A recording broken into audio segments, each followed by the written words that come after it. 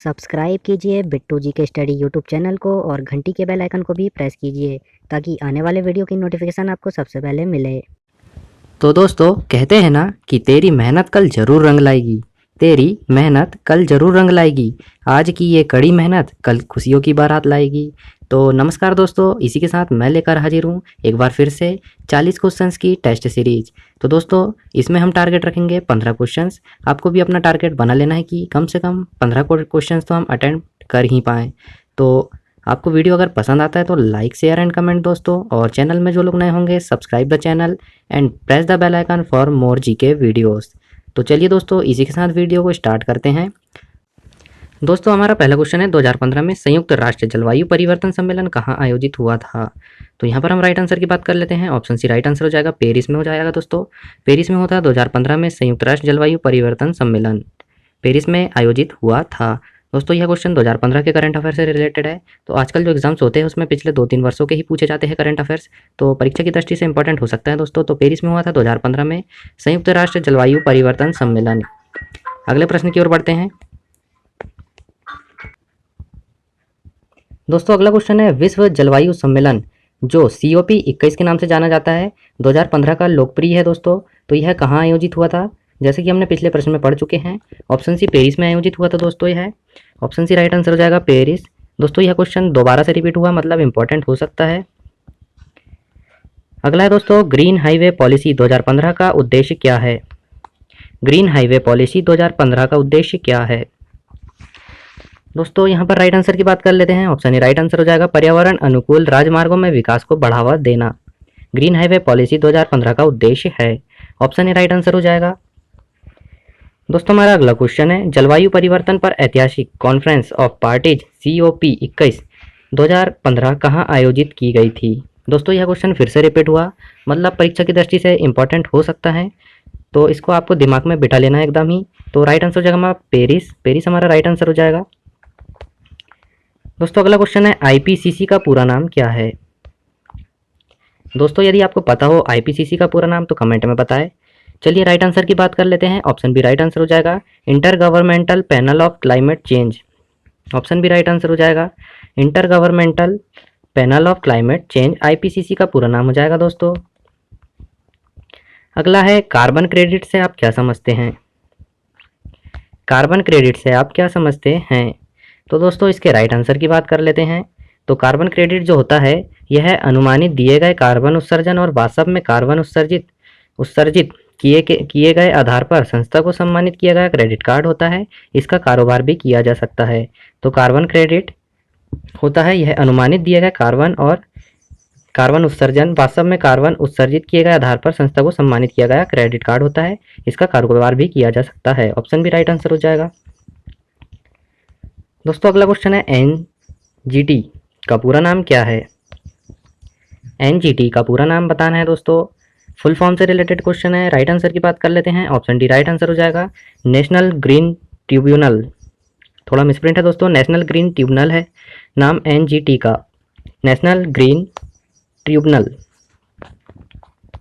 अगले प्रश्न की ओर बढ़ते हैं। अगला है नेशनल ग्रीन ट्रिब्यूनल ने दिल्ली में डीजल वाहनों की बिक्री को प्रतिबंधित किया है क्योंकि सस्ते डीजल से निकलने वाले धुएं से कारण फेफड़ों का कैंसर होता है।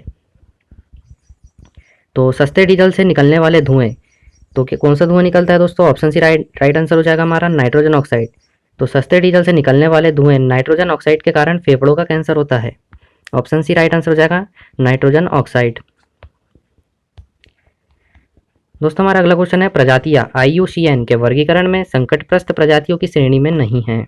IUCN के वर्गीकरण में संकटग्रस्त प्रजातियों की श्रेणी में नहीं है। राइट आंसर की बात कर लेते हैं। ऑप्शन ए नुकसान पहुंचाने वाली। दोस्तों जो नुकसान पहुंचाने वाली प्रजातियां हैं IUCN के वर्गीकरण में संकटग्रस्त प्रजातियों की श्रेणी में नहीं है, नुकसान पहुंचाने वाली प्रजातियां। सो गाइस हमारा अगला क्वेश्चन है national green tribunal. National green tribunal एक है, तो नेशनल ग्रीन ट्रिब्यूनल क्या है हमें बताना है दोस्तों। आपको आंसर पता हो तो कमेंट कीजिए। तो हम यहाँ पर राइट आंसर की बात कर लेते हैं। ऑप्शन ए राइट आंसर हो जाएगा, फास्ट ट्रैक कोर्ट है एक प्रकार का national green tribunal, fast track court है। ऑप्शन ए राइट आंसर हो जाएगा। अगला है दुर्लभ साइबेरियाई सारस में नियमित रूप से आया करते थे, जो कि एक वैश्विक विरासत स्थल भी है। दुर्लभ साइबेरियाई सारस तो किस राष्ट्रीय उद्यान या अभ्यारण्य में आया करते थे नियमित रूप से? तो दोस्तों यह आया करते थे ऑप्शन सी, केवलादेव राष्ट्रीय उद्यान में नियमित रूप से आया करते थे, जो कि एक वैश्विक विरासत स्थल भी है। केवलादेव राष्ट्रीय उद्यान वैश्विक विरासत स्थल भी है दोस्तों। यहाँ पर साइबेरिया सारस नियमित रूप से आते थे। तो दोस्तों आपको कमेंट करना है केवलादेव राष्ट्रीय उद्यान किस राज्य में स्थित है, इसका आंसर आपको कमेंट करना है। अगला प्रश्न देख लेते हैं। अगला है विश्व पर्यावरण दिवस 2016 का नारा था। विश्व पर्यावरण दिवस 2016 का नारा क्या था? तो दोस्तों राइट आंसर हो जाएगा हमारा ऑप्शन बी, जीवन के लिए जंगलों का रुख करो। जीवन के लिए जंगलों का रुख करो, यह था पर्यावरण दिवस 2016 का नारा। दोस्तों हमारा अगला क्वेश्चन है, सिमलीपाल बायो रिजर्व कहाँ स्थित है? सिमलीपाल बायो रिजर्व कहाँ स्थित है? चलिए दोस्तों राइट आंसर की बात कर लेते हैं। तो सिमलीपाल बायो रिजर्व स्थित है दोस्तों हमारा ओडिशा राज्य में। सिमलीपाल बायो रिजर्व है ओडिशा राज्य में स्थित है। यहाँ के तत्कालिक सीएम है नवीन पटनायक, जिन्हें हीरो टू एनिमल अवार्ड से नवाजा गया है। नवीन पटनायक को, नवीन पटनायक है ओडिशा के तत्कालिक सीएम। अगले प्रश्न की ओर बढ़ते हैं दोस्तों। किस अभ्यारण्य को पूर्व में भरतपुर पक्षी अभ्यारण्य के रूप में जाना जाता था? किस अभ्यारण्य को पूर्व में भरतपुर पक्षी अभ्यारण्य के नाम से जाना जाता था? इंपॉर्टेंट हो सकता है दोस्तों क्वेश्चन। राइट आंसर हो जाएगा हमारा ऑप्शन डी, केवलादेव राष्ट्रीय उद्यान, जिसे पूर्व में भरतपुर पक्षी अभ्यारण्य के रूप से जाना जाता था, केवलादेव राष्ट्रीय उद्यान। दोस्तों अगला है, कान्हा राष्ट्रीय उद्यान किस राज्य में है? दोस्तों जैसा कि आपने सुना ही होगा, कान्हा किसली राष्ट्रीय उद्यान किस राज्य में स्थित है? तो दोस्तों राइट आंसर हो जाएगा हमारा एमपी मध्य प्रदेश में स्थित है कान्हा किसली राष्ट्रीय उद्यान। दोस्तों मध्य प्रदेश के तत्कालिक सीएम की बात करें तो शिवराज सिंह चौहान है, और तत्कालिक राज्यपाल की हम बात करें, तत्कालिक राज्यपाल है आनंदीबेन पटेल। तो दोस्तों कान्हा किसली राष्ट्रीय उद्यान की बात कर लेते हैं। तो इसकी स्थापना हुई थी 1955 में कान्हा किसली राष्ट्रीय उद्यान की, और क्षेत्रफल है दोस्तों इसका 939.947 वर्ग किलोमीटर में फैला है कान्हा किसली राष्ट्रीय उद्यान। और किस जिले के अंतर्गत आता है यह? तो यह मध्य प्रदेश के मंडला और बालाघाट जिले के अंतर्गत आता है कान्हा किसली राष्ट्रीय उद्यान। मंडला एवं बालाघाट जिले के अंतर्गत आता है एमपी के। और यहाँ पर पाए जाने वाले वन्य प्राणियों की बात करें तो बाघ, तेंदुआ, चीतल, सांबर, गौर, कृष्णमृग, बायसन, बारहसिंगा इत्यादि कान्हा किसली राष्ट्रीय उद्यान में पाए जाते हैं, जो कि मध्य प्रदेश के बालाघाट एवं मंडला जिले में स्थित है। अगले प्रश्न की ओर बढ़ते हैं। अगला है, राजाजी राष्ट्रीय पार्क स्थित है। राजाजी राष्ट्रीय पार्क स्थित है। दोस्तों राइट आंसर की बात कर लेते हैं। ऑप्शन बी राइट आंसर हो जाएगा, उत्तराखंड में स्थित है राजाजी राष्ट्रीय पार्क। दोस्तों हमारा अगला क्वेश्चन है, राष्ट्रीय उद्यान फूलों की घाटी कहाँ स्थित है? Most important and simple question है, फूलों की घाटी। तो यह स्थित है दोस्तों Uttarakhand. Option B right answer हो जाएगा, उत्तराखंड में स्थित है राष्ट्रीय उद्यान फूलों की घाटी। अगला है, फूलों की घाटी वैली ऑफ फ्लावर्स राष्ट्रीय उद्यान किस राज्य में स्थित है? जैसा कि पिछले प्रश्न में हम पढ़ चुके हैं, उत्तराखंड में स्थित है। इंपॉर्टेंट है दोस्तों, 2 बार रिपीट हुआ question. Option A right answer हो जाएगा, वैली ऑफ फ्लावर्स उत्तराखंड में स्थित है। अगला है, निम्न में से किस प्रजाति को कश्मीरी हिरण भी कहा जाता है? किस प्रजाति को कश्मीरी हिरण भी कहा जाता है?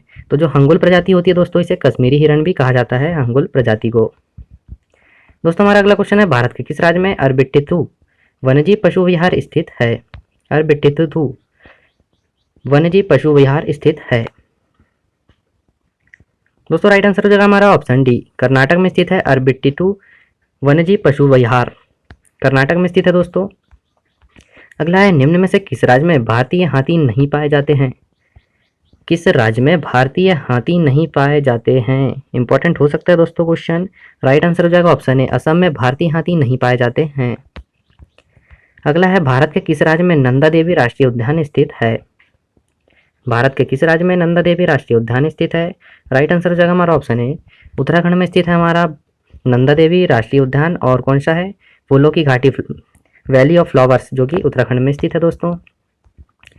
अगला है, डिबू साइखोवा, नामेरी और ओरंग नेशनल पार्क, ये सभी किस राज्य में स्थित है? तो डिबू साइखोवा, नामेरी, ओरंग नेशनल पार्क, ये सभी किस राज्य में स्थित है दोस्तों? तो राइट आंसर हो जाएगा, असम में स्थित है यह तीनों जो नेशनल पार्क है। तीनों कौन कौन से हैं? डिबू साइखोवा, नामेरी और ओरंग नेशनल पार्क जो है असम में स्थित है। दोस्तों हमारा अगला क्वेश्चन है, फरवरी 2016 में किस स्थान को भारत का 49वां बाघ संरक्षण क्षेत्र के रूप में शामिल किया गया? तो राइट आंसर की बात कर लेते हैं। ओरंग टाइगर रिजर्व असम को भी 2016 में 49वां बाघ संरक्षण क्षेत्र के रूप में शामिल किया गया। दोस्तों ओरंग टाइगर रिजर्व असम को। अगला है, ओखला पक्षी अभ्यारण्य कहाँ स्थित है? ओखला पक्षी अभ्यारण्य कहाँ स्थित है? राइट आंसर की बात कर लेते हैं। राइट आंसर हो जाएगा हमारा ऑप्शन बी, एनसीआर क्षेत्र। एनसीआर क्षेत्र में स्थित है हमारा ओखला पक्षी अभ्यारण्य। अगले प्रश्न की ओर बढ़ते हैं। अगला क्वेश्चन है, एक सींग के गैंडे की विश्व की 2/3 संख्या में से किस अभ्यारण्य में है? तो एक सींग वाले गैंडे की बात हो रही है दोस्तों, विश्व की 2/3 संख्या में से किस अभ्यारण्य में है? तो यहाँ पर राइट आंसर की बात कर लेते हैं। ऑप्शन डी राइट आंसर हो जाएगा। पेरियार अभ्यारण्य में है एक सींग के गैंडे की विश्व की 2/3 संख्या पेरियार अभ्यारण्य में है।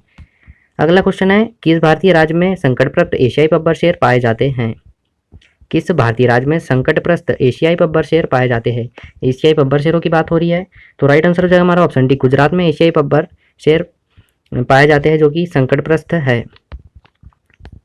अगला है, भारत का सबसे बड़ा टाइगर रिजर्व है। भारत का सबसे बड़ा टाइगर रिजर्व है।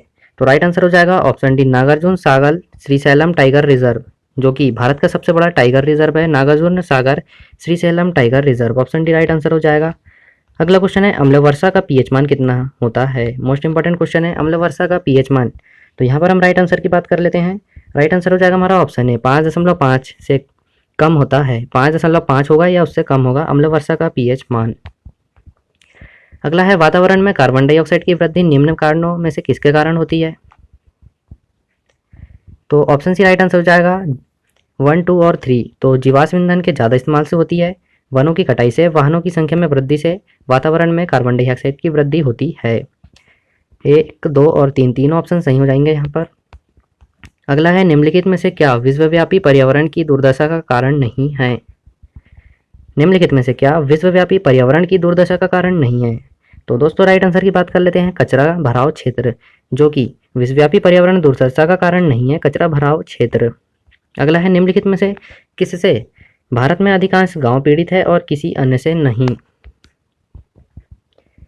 तो ऑप्शन डी राइट आंसर हो जाएगा, जल दूषण या जल प्रदूषण से भारत में अधिकांश गांव पीड़ित है और किसी अन्य से नहीं है। तो जल प्रदूषण से अधिकांश गांव पीड़ित है। अगला क्वेश्चन है, एक जलीय जीव की सेहत ज्ञात करने के लिए किस चीज़ की गणना की जाती है? तो जलीय जीव की सेहत की गणना या ज्ञात करने के लिए किस चीज़ की गणना की जाती है दोस्तों?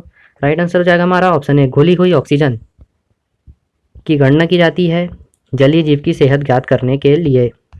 अगला है, शोर के किस स्तर से ऊपर का शोर कान में दर्द एवं क्षति का कारण होता है? इंपॉर्टेंट क्वेश्चन है। ऑप्शन बी राइट आंसर हो जाएगा, लगभग 130 डेसिबल से ऊपर की जो ध्वनि होती है उससे कान में दर्द एवं क्षति का कारण होता है। हमें 130 डेसिबल से ऊपर की ध्वनि को नहीं सुनना चाहिए। ऑप्शन बी राइट आंसर हो जाएगा, 130 डेसिबल। अगला है, हवा में अम्ल वर्षा के छोड़े जाने के कारण होती है। तो अम्ल वर्षा किस गैस के कारण होती है? राइट आंसर की बात कर लेते हैं। ऑप्शन बी राइट आंसर हो जाएगा, सल्फर डाइऑक्साइड और नाइट्रोजन जब हवा में मिल जाती है तो इससे अम्ल वर्षा होती है। सल्फर डाइऑक्साइड और नाइट्रोजन ऑक्साइड। अगला क्वेश्चन है, कौन सा निम्नलिखित वायु प्रदूषण का कारण नहीं है? कौन सा निम्नलिखित वायु प्रदूषण का कारण नहीं है? तो ऑप्शन बी, अम्लीय वर्षा, जो कि वायु प्रदूषण का कारण नहीं है, अम्लीय वर्षा। अगला है, वर्तमान में भारत में वाहन उत्सर्जन मानकों का कौन सा चरण लागू है? वाहन उत्सर्जन मानकों का कौन सा चरण लागू है वर्तमान में? राइट आंसर हो जाएगा ऑप्शन डी, भारत 4th, चौथा वाहन उत्सर्जन मानक लागू है, चरण लागू है, भारत 4th। अगला है, ऑटोमोबाइल एग्जॉस्ट में समाविष्ट महत्वपूर्ण तत्व है। ऑटोमोबाइल एग्जॉस्ट में समाविष्ट महत्वपूर्ण तत्व है। तो राइट आंसर की बात कर लेते हैं। ऑप्शन डी राइट आंसर हो जाएगा, लेड, जो कि समाविष्ट महत्वपूर्ण तत्व है, लेड। अगला है, हटीले पेरिस्टेंट कार्बन प्रदूषकों का परिवहन ज़्यादातर किसके द्वारा किया जाता है? तो यह हवा और पानी के द्वारा हटीले कार्बनिक प्रदूषकों का परिवहन ज़्यादातर किया जाता है हवा और पानी के द्वारा। ऑप्शन सी राइट आंसर हो जाएगा। आज के सेंसन का लास्ट क्वेश्चन देख लेते हैं। स्टेज उत्सर्जन मानक किसे संदर्भित करते हैं? तो दोस्तों राइट आंसर हो जाएगा हमारा ऑप्शन ए, वाहनों से होने वाले प्रदूषण को स्टेज उत्सर्जन मानक संदर्भित करते हैं। वाहनों से होने वाले प्रदूषण को। तो दोस्तों ये थे हमारे आज के सेंसन के 40 क्वेश्चंस। आपने कितने अटेम्प्ट किए कमेंट में बताएं। यदि आपको सेंसन पसंद आया हो तो लाइक शेयर एंड कमेंट, और जो लोग चैनल में नए होंगे subscribe the channel and press the bell icon for more updates. तो मिलते हैं इसकी नेक्स्ट वीडियो में।